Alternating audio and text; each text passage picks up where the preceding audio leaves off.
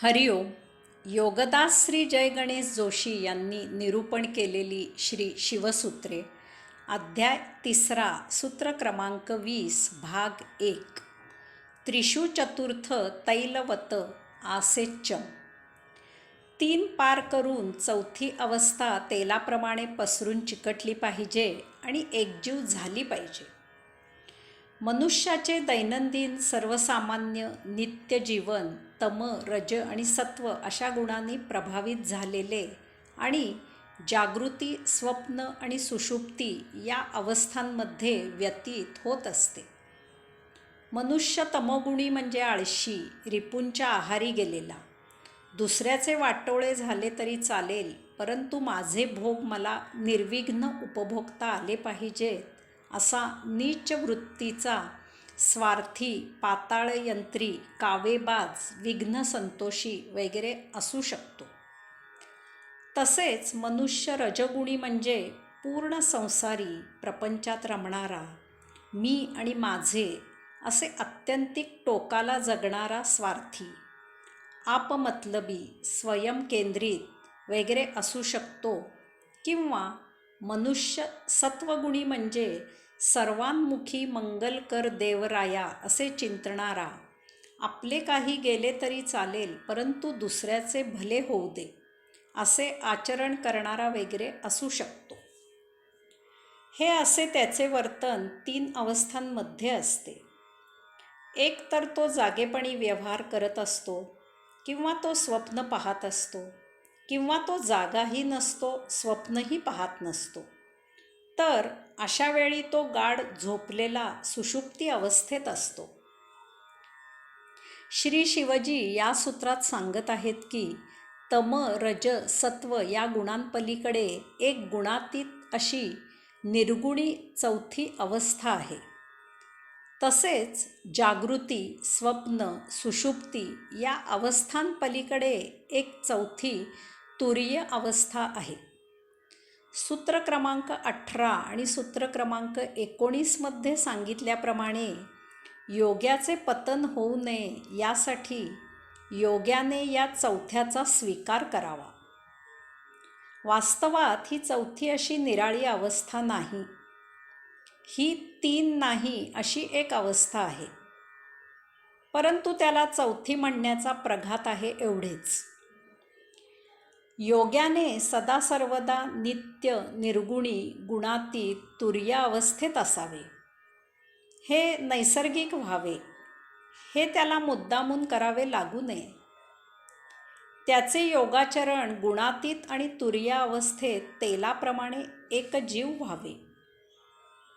योग्याने तम आणि रज हे गुण जिंकलेले असतात.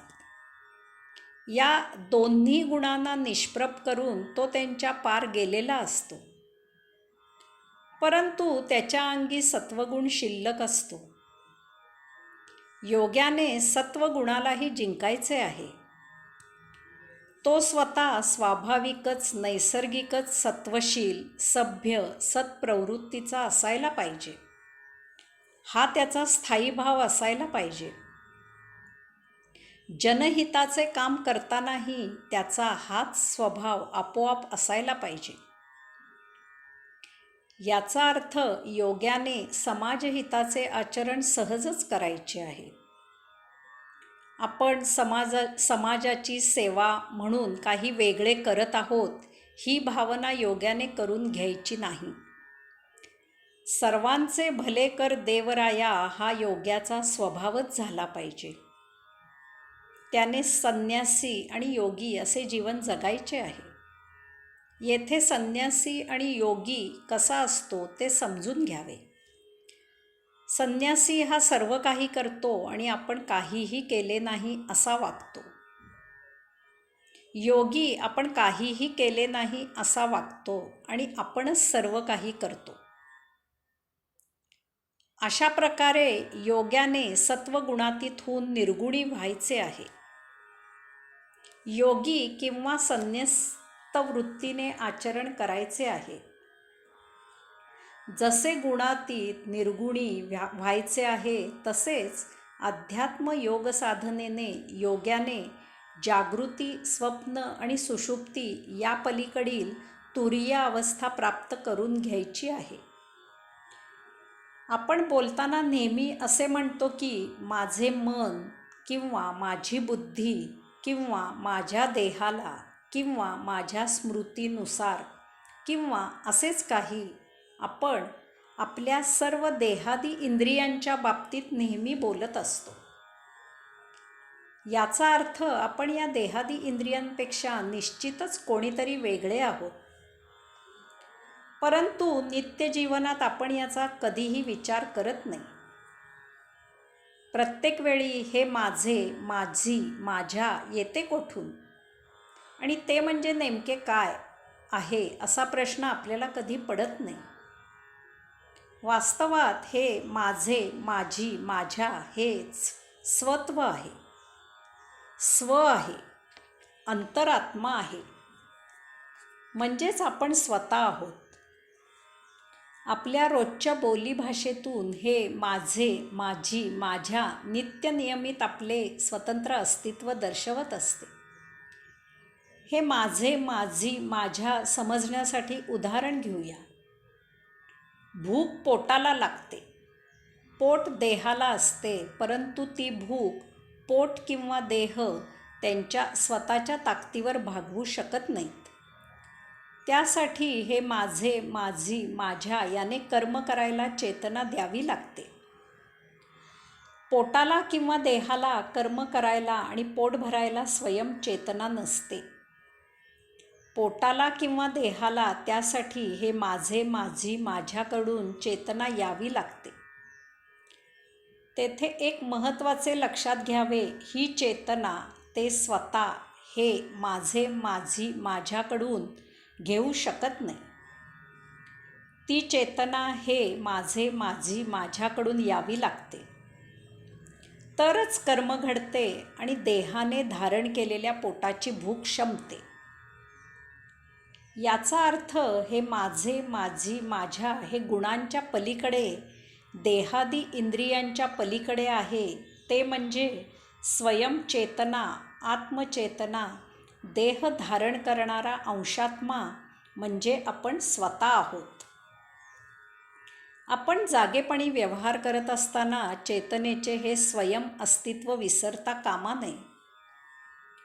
प्रत्येक कृती जागृतावस्थेत भान ठेवून विवेक आणि संयम बाळगूनच झाली पाहिजे. उदाहरणार्थ, व्यवहार करत असताना आपल्या मतापेक्षा वेगळे असे काहीतरी घडते. आपल्याला त्याचा क्रोध येतो. क्रोध आल्यावर आपण त्या क्रोधावस्थेत त्यावर प्रतिक्रिया देतो. ही प्रतिक्रिया देताना आपण आपले नसतो. आपण आपली जागृतावस्था हरवून जातो. आपला ताबा आपल्या क्रोधाने घेतलेला असतो. क्रोध आपल्यामध्ये अहंकार, अहमन्यता, प्रौढी, अभिमान इत्यादी राग किंवा भावभावना तयार करतो. या अशा कोणत्या तरी शारीरिक, मानसिक किंवा बौद्धिक अवस्थेत आपण आपल्या मनाविरुद्ध घडलेल्या व्यवहारावर किंवा घटनेवर प्रतिक्रिया देतो. ही प्रतिक्रिया अर्थातच आपल्या जागृता अवस्थेतील नसते. त्यामुळे ती आपली म्हणजे स्वात्म्याची नसते. ती त्या रागाची, भावना विवशतेची असते. त्यामुळे ती चूक असण्याची शक्यता जास्त असते. यास्तव प्रत्येक व्यवहार हा आपण सजग राहूनच करावा. शक्यतो प्रतिक्रिया द्यायला थोडा वेळ घ्यावा. हरिओम.